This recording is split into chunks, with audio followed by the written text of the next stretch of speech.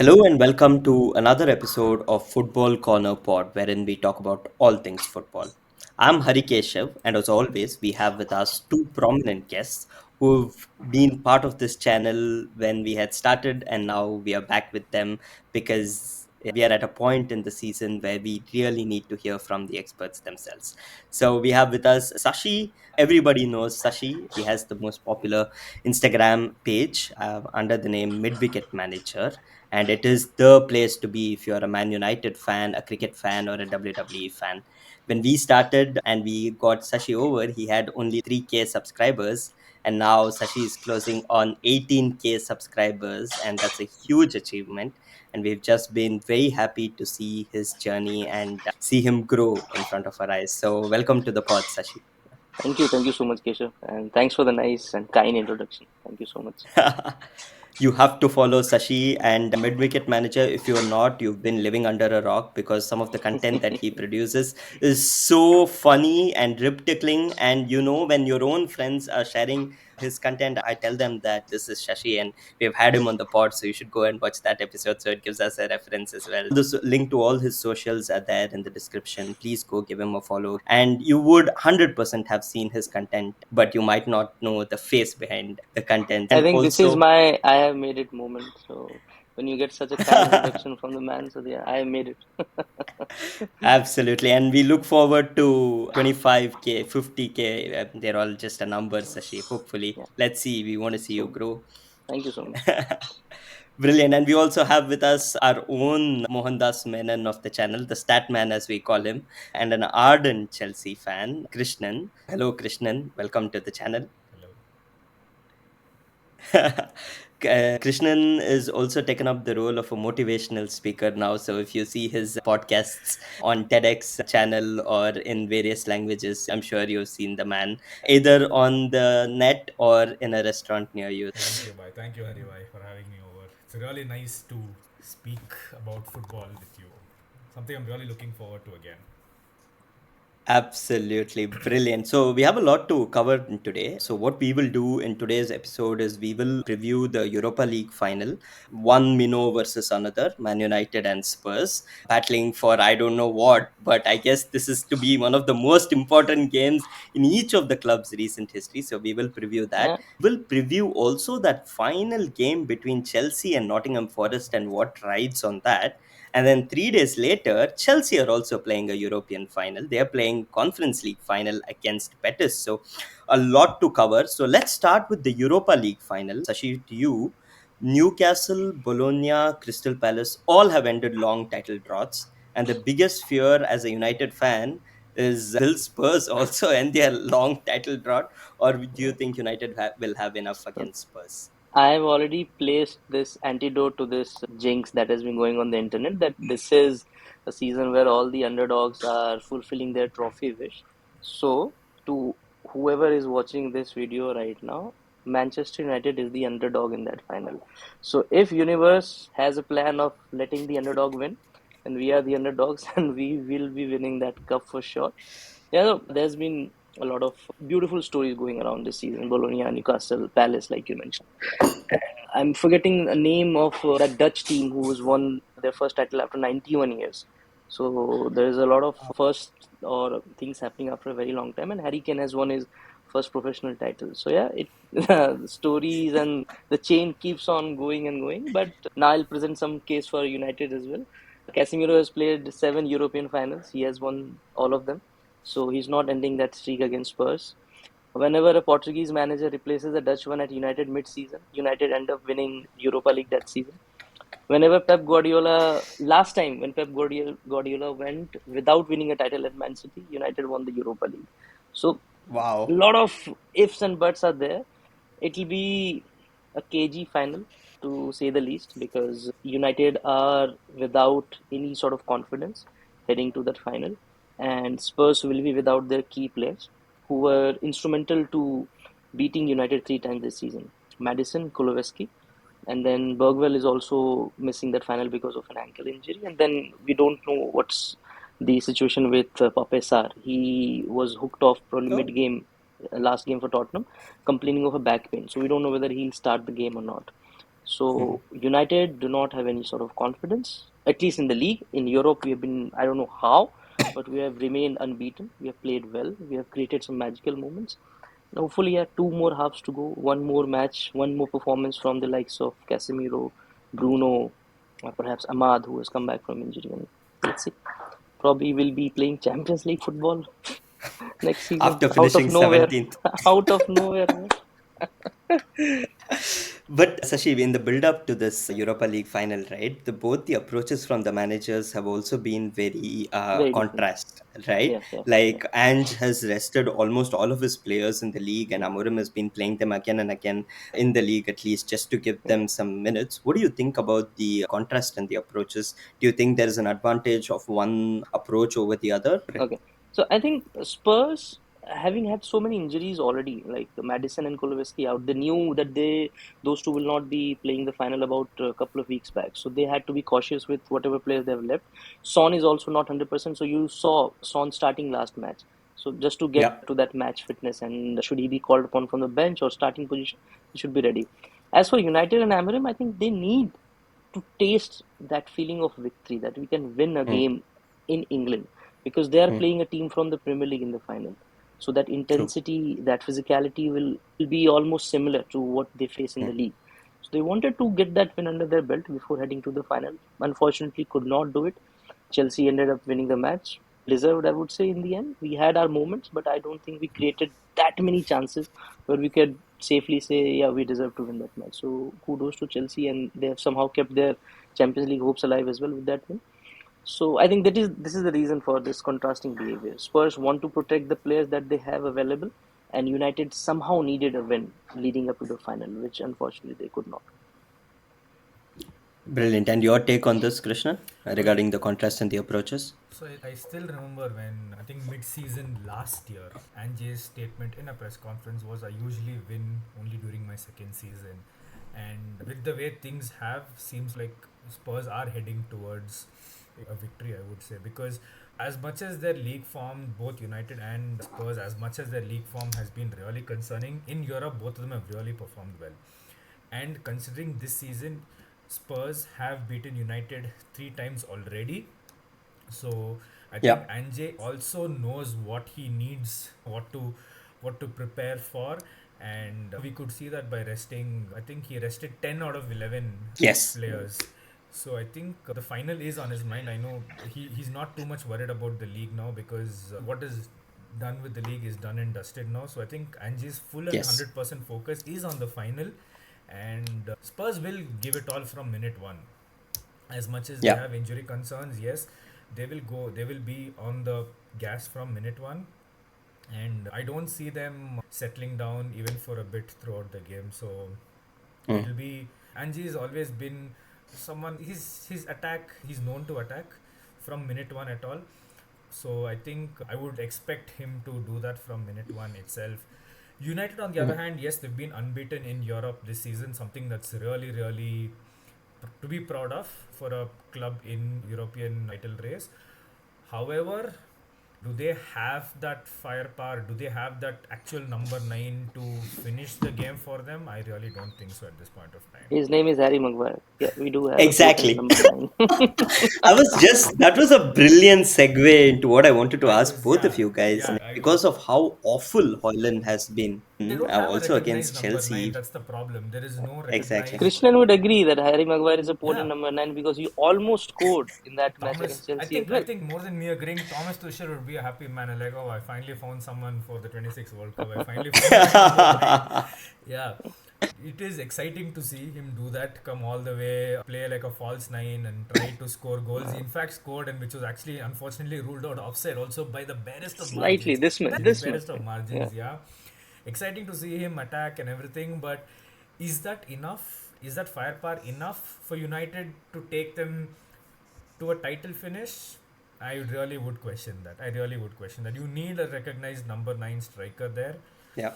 and because see, I wouldn't expect Spurs to sit back even for a minute, because Mm. they know if they get the first two goals, then they would sit back and then they would defend with all their lives. But I wouldn't see both teams doing that, and it is going to be a closely contested game. It's not going to be a big margin or something. I think the winning margin would just be one goal.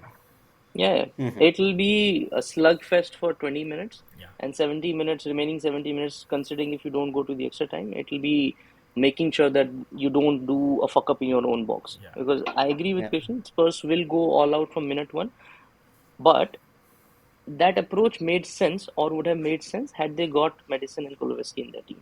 Because Kulusevski, in all those three matches which Christian talked about, that how Spurs have beaten us this season, he was the danger man for Spurs. Not but Kulusevski, followed by Madison. So his United are awful defending a set piece. We know that. Madison's delivery is not there. So I think somehow we are a bit safe in that direction because Madison has a wacky corner and a free kick delivery. Kulovski making those runs behind the defense, he is not there. One guy I think we have to be very wary of is Brennan Johnson. If he starts, I Mm. think given the lack of quality Spurs, he will start. He has that knack of making those Deli Ali runs where you a second here he's here, a second later he has just passed you by. And Son will be there. Obviously, he will be a threat. But I think the lack of midfield quality in Spurs team, that is where I believe, I personally believe, Casemiro and Ugarte can deal with that midfield trio that Spurs will put out. And then it is up to Bruno and Ahmad. And if Hoyland starts, there are certain rumors that Emery might go the Ten Hag way and start Menu as false number nine in the Mhm. final, or even Bruno as the false number nine. And there are concrete reports that Joshua Jersey is back and he'll be on the bench for Wow. the final. So Okay. probably when the Spurs defense is slightly tired or stressed after Mm. doing 70 minutes of up and down, maybe Jersey to come on and probably play that anchor role in, or Mhm. like he likes to call the 9.5 role, and bring others into the game and probably do something. Yeah, I am quietly confident that United will have a good game. I'm not sure about the result because it's a final, anything can happen. We still have Onana in goal who can anytime gift a goal to Tottenham, so he'll be probably United's biggest threat. Him in goal, he has that tendency of parrying the ball to the opponent's feet and somehow they score from a knock on. Yeah. Let's see. Yeah. Not expecting a Yeah. great game, but quietly confident about probably United lifting the cup. so I have 2 points to add on to what he said. I think Kulusevski will be missed the most. I still remember the game against Chelsea also when Spurs took the lead. They went 2 0 up in the first 17, 18 odd minutes, and how Kulusevski was instrumental in creating both those goals. So he will be really missed. One more player that United should be really worried about is Mickey Van der Ven. Yeah, even though he is a centre back, yeah, the Mm, runs that he makes in like something like what a Maguire does, but you really can't compare Harry Maguire and Mickey Van der Ven. I'm just telling you, but he can actually fit in that midfield role, considering that how Spurs midfield is have a lot of absentees. Van de Ven can actually fit into that role, and Casemiro and Ugarte would actually have to worry about Mickey Van de Ven more than anyone else. And yes, as you rightly mm. said, Brennan Johnson as well, and probably even Dominic Solanke up front. But Van de Ven will be the player to watch if you have to ask me personally. Because in one of the match where Spurs beat us this season, he started from his own box, kept Yes, running. yes, yes, Nobody yes. bothered to put a challenge, and he ended up. Did he score or He He he assist. set? assisted, He assisted, He assisted. assisted. assisted the goal. Van de Ven Yeah, he assisted that assisted the goal. goal, and he went like about almost 70, 80 yards to create that goal. So yeah, he has that lung bursting run Dragusin in him. Dragusin can also play a midfield, false midfield role. It's not that they have dearth of they don't have, it's not that they have a lack of options or something Spurs, but But it's not Madison and it's Kulusevski, not because they like you are see mentioned. the minute you start putting a player out of you make him play out of position, something they're not comfortable with, yes, especially in a final. Yeah, they would it Yeah, would take some time for them to get adapted, and the atmosphere is going to be completely different. You're going to be playing in a neutral venue. All of these things yeah. come into matter. He's not Ryan Bertrand like who makes his debut in a Champions League final and wins. When by the way, today is 19th of May. I think 13 years since we first won the Champions League. So that's the day for us. Ryan Bertrand is like I think 1 in a billion scenario. You come, you make your debut in a Champions League final, you win a medal, and then you're not to be seen for the rest of your life again. Yeah. Brilliant. But how much of when you talk about United and Spurs, we also know what has happened in the recent history. Like Spurs haven't won anything in 17 years, and United in their worst phase as well have been continuously winning trophies. Not obviously the Premier League and Champions League, but they've had some trophies to talk about. And do you think, Sashi and Krishnan as well, the lack of being in finals?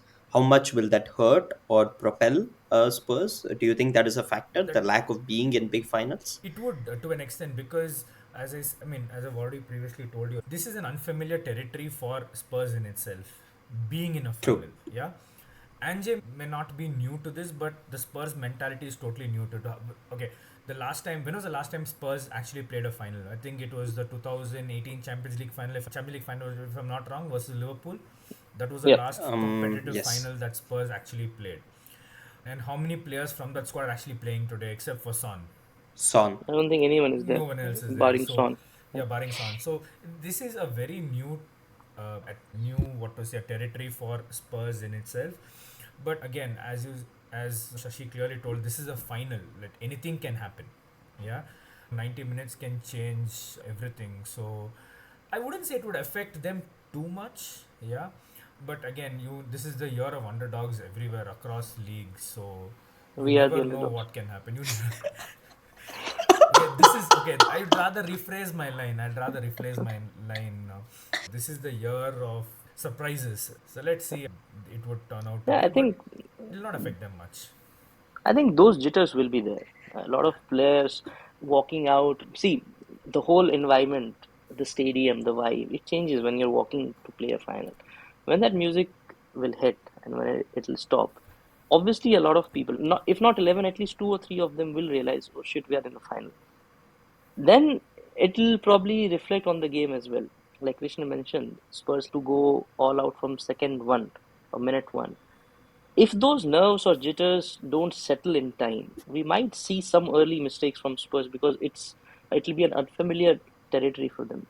If you talk about United, Casemiro has been in the finals previously. Bruno has played few finals with United itself, including the Europa one that we lost all those years ago. Maguire and Luke Shaw have been in European Championship finals for England. So there is a sort of familiar territory for those United players to Yeah. understand what it means to be in a final, what it means to grind it out.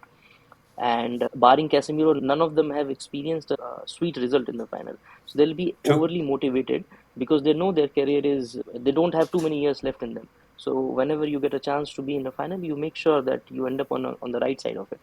So that will be an added motivation. And all these guys, they have a chance to become modern greats for United because you don't know when United is winning their next Premier League or Champions League.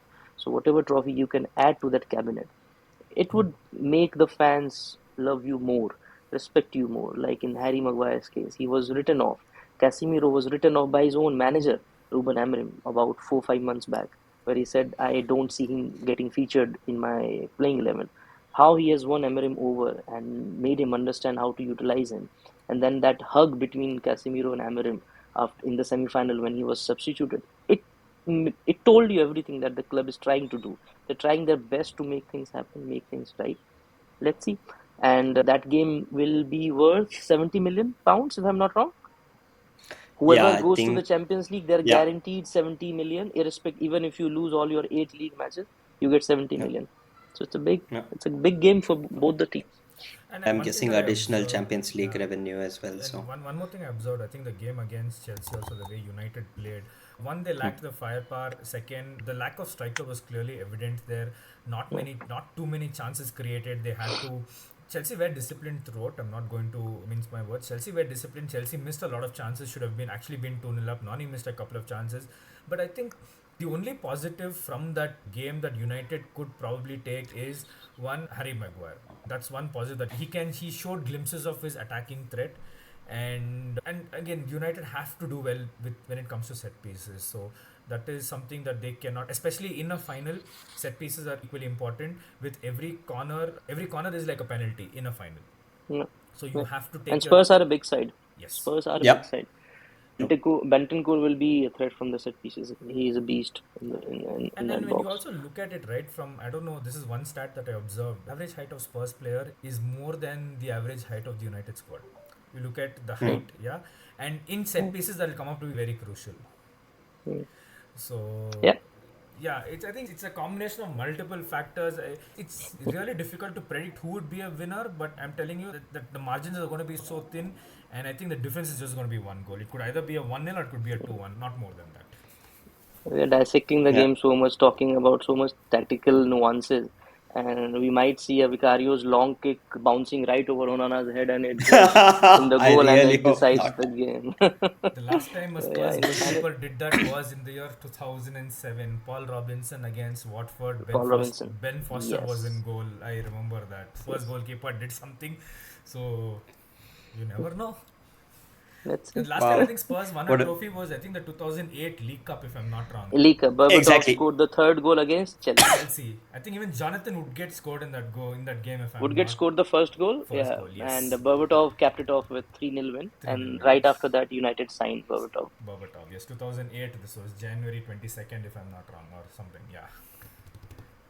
Brilliant. Harry Redknapp was still the manager Yeah, still also. the manager. I think that Spurs team was actually a vibe. Yeah, very good, They very good signed. side. They had Luka Modric. They had Niko Kranjčar. They had Roman Pavlyuchenko, Robbie Keane. Berbatov was there. Berbatov was Robbie there. Keane was Paul there. Robinson was in goal. Jermaine Genius was there. Ledley Aaron King. Lennon was on the wing. The way he used to make his run-ins from the wing. Nico Kranjčar was central midfield. I know it still hurts when Luka Modric had to leave Spurs to join Real Madrid. If he had been there in the Premier League, he would have been a Premier League legend. Seriously, Without a trophy, like Gerrard. you never know. They would have won something. They came close, right? Spurs after that actually, I think from 2007 2008 Spurs actually started to show glimpses because they qualified for Europe at the expense of Man City every alternate years. It used to be either Spurs finishing fourth or Man City finishing Or fourth, Man or City. Man Yeah, City yeah. finishing fourth.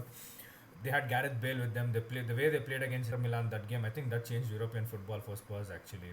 4-all draw Inter Milan. Yeah, yeah, It was like 2004 Valencia won La Liga, Porto won yeah. the Champions League, Greece won Euros, Arsenal Mm. won the Premier League in that season. So I think everything was like the year of surprises. So 25 is turning out to be like that. Bologna won for the first time, Newcastle won. Paris FC from France are promoted to League One. So if you see Paris FC and PSG, the stadiums are next to each other, just literally next door neighbors. 10 yards away. Yeah. Yeah, This cards away. stadium. Yeah. Then there is a club in Italy, I think Pisa FC, the Leaning Tower of Pisa. Pisa Yeah, FC Pisa FC have they been have promoted. qualified Yeah. for Serie A for the first time.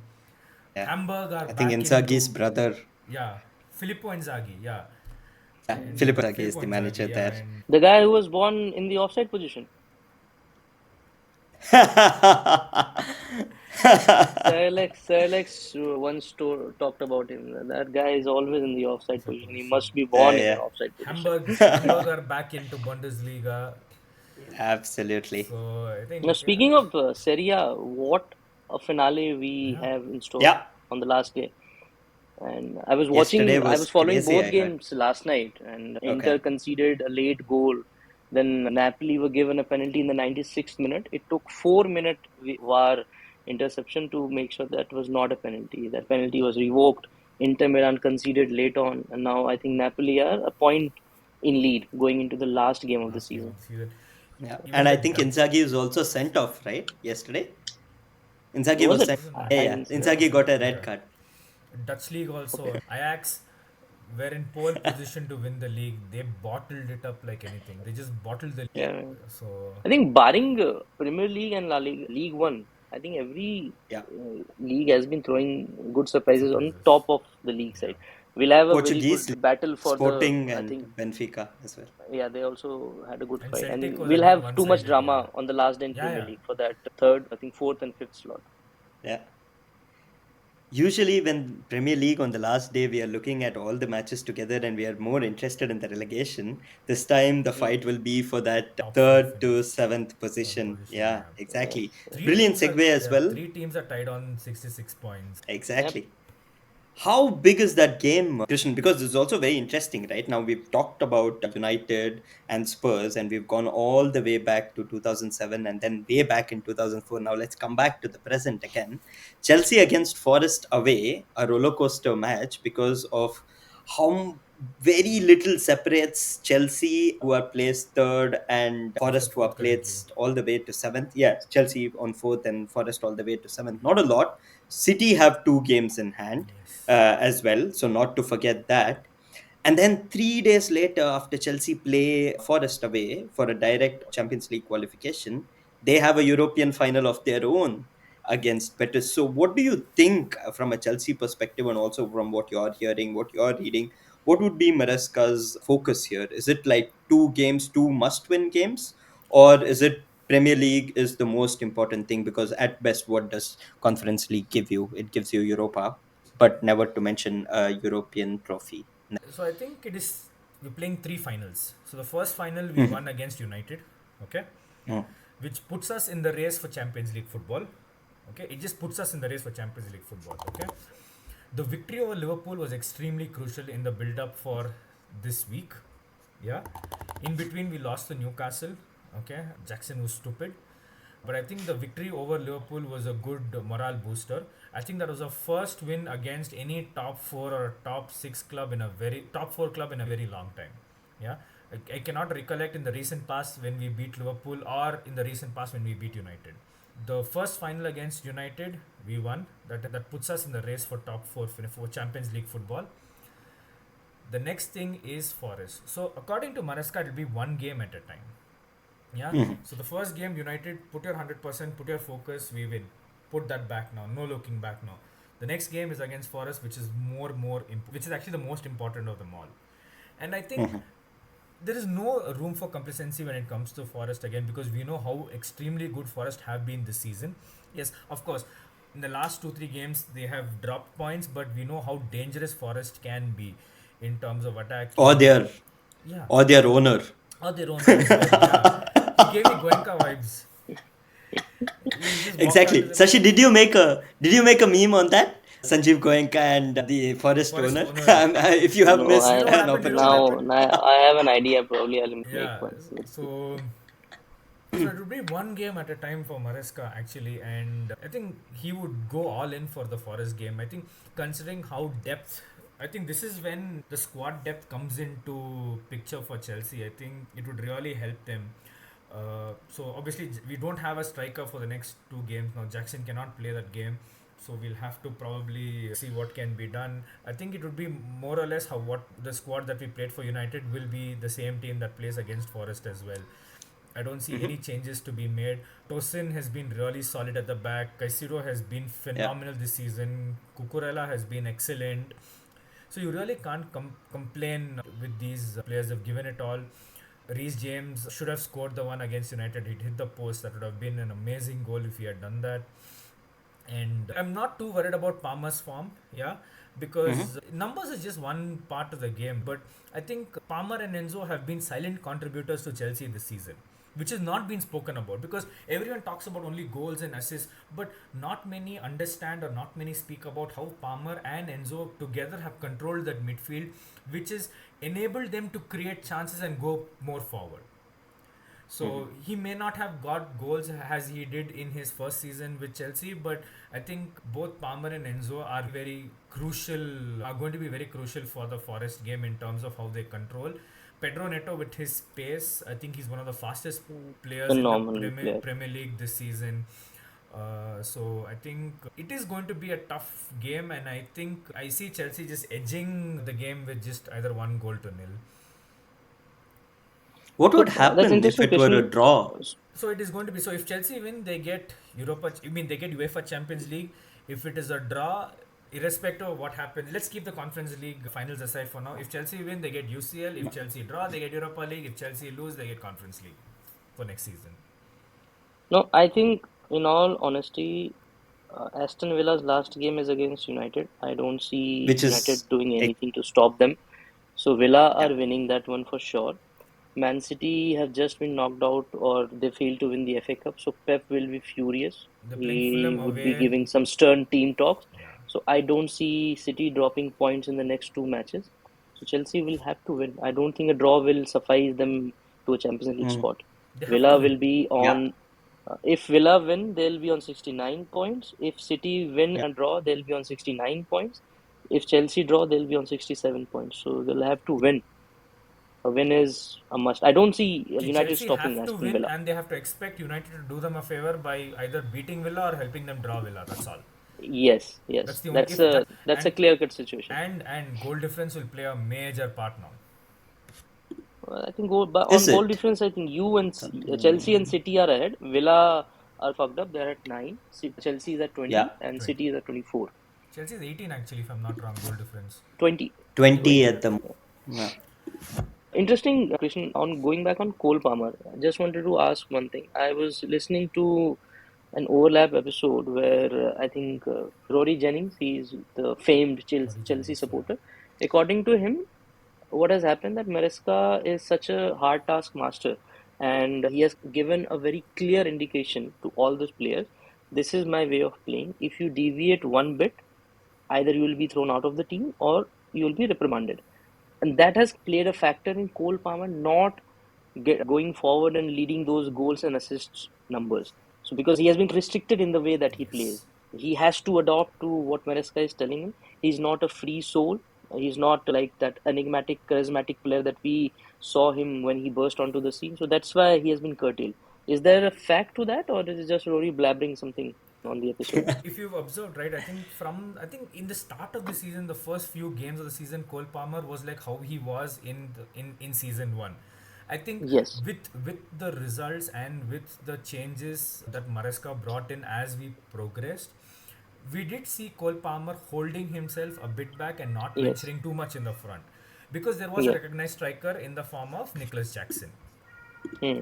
And again, with Pedro Neto coming in, Neto is mostly on the wing, and Neto makes those run-ins, and so there's basically Neto on one side and Noni Madueke on the other side. So both are making their usually run-ins. So it's basically Palmer in that central position along with Enzo Fernandez. Right. So Chelsea have a lot of attacking options this season because Neto was not there last season. Noni is more attacking. Noni is as good as a false nine, if you ask me, with his run-ins on the wings. So there isn't a necessity, I would say, not an opportunity, but there isn't much of a necessity for Cole Palmer to actually go forward. So I think it is more of like overall team tactical thing rather than an individual. It's not tied down to a particular individual. If you see both Enzo Fernandez and Cole Palmer play in the same line, just on two different sides. Yeah. So I don't We have not think, mentioned Sancho. He's also there, no? yeah, options as I said. Sancho, yeah. So we have Sancho as well, Mudrik. who's there. Mudrik.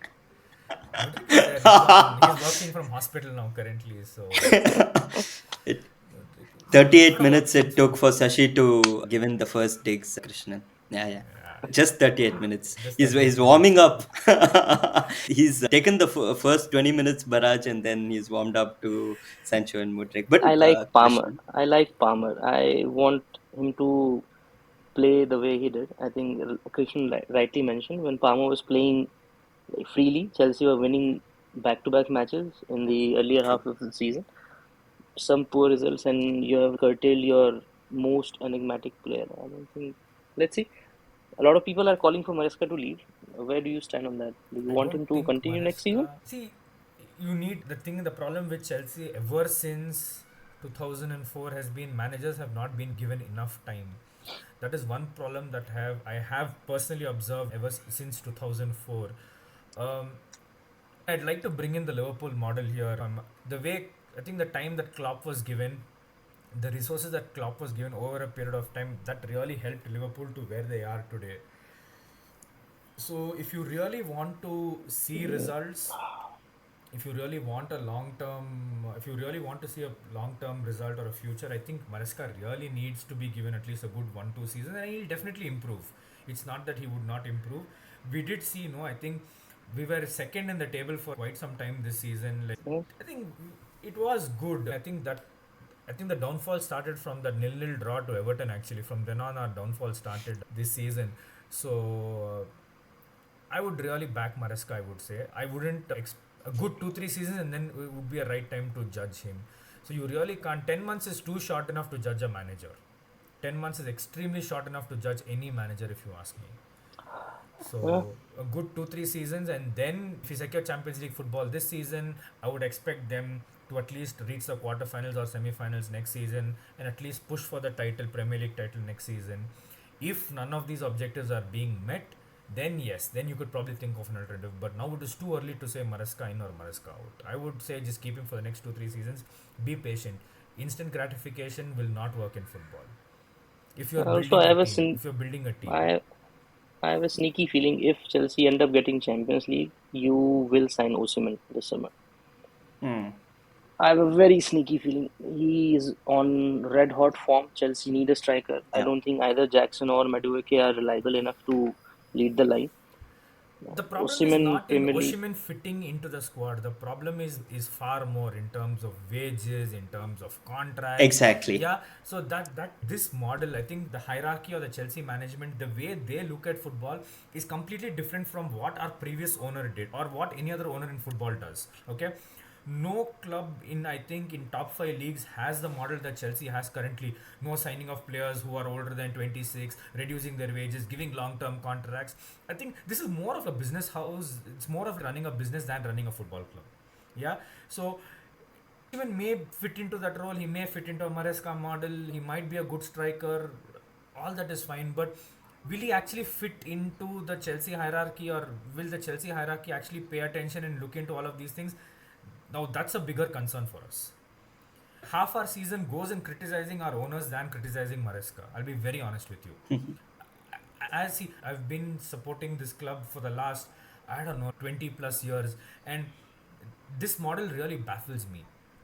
Yeah, signing someone who's a 17-year-old, 16-year-old, buying sister club, sending them on loan. You're not helping. You're trying to build a future. You're trying to look at long term, 5 years down the line, 10 years down the line. But what is for today? What is for tomorrow? The next 2 seasons is important for you, right? There's no point in signing someone who's 16, sending him on loan for 5 years again, coming, let him come back when he's 21. For a business model, this is fine, but football is much more than business, right? Yeah, I don't know. I'm really not hopeful about Oshiman. I think with the current squad, if you rotate, I think we have a very vast squad. With I think this squad is more than sufficient enough to challenge for a Premier League title and to chase to reach at least the semi-final of a Champions League. This squad is more than enough, if you ask me. So you Mhm. actually have squad depth. You actually have a good squad depth. You need a solid center back. I would say you need a solid goalkeeper and a solid center back. These two would Mhm. change a lot. These two would change a lot. I think I'm not a fan of, not that I'm not a fan of Robert Sanchez, but I'm not a fan of like short passes when it comes to a goalkeeper. Hmm. Yeah. Exactly. See, the reason why, because we've had two of the best goalkeepers in the world with us, Petacek and Thibaut Courtois. So when you always when you've had such goalkeepers, you always try to compare your existing ones with them in the past, and that's why nobody likes Robert Sanchez. I'll be very honest with you. The reason why you don't like Can Andre Onana is imagine. because you've had David De Gea and Edwin van der Sar in your squad. Yeah, if you had someone And else, before that, Peter Schmeichel. yeah, So, Peter Schmeichel. If instead of those, if you had someone else, and you might probably think Onana is yeah. like the best that you guys can do. Look at how Onana was when he was with Inter Milan.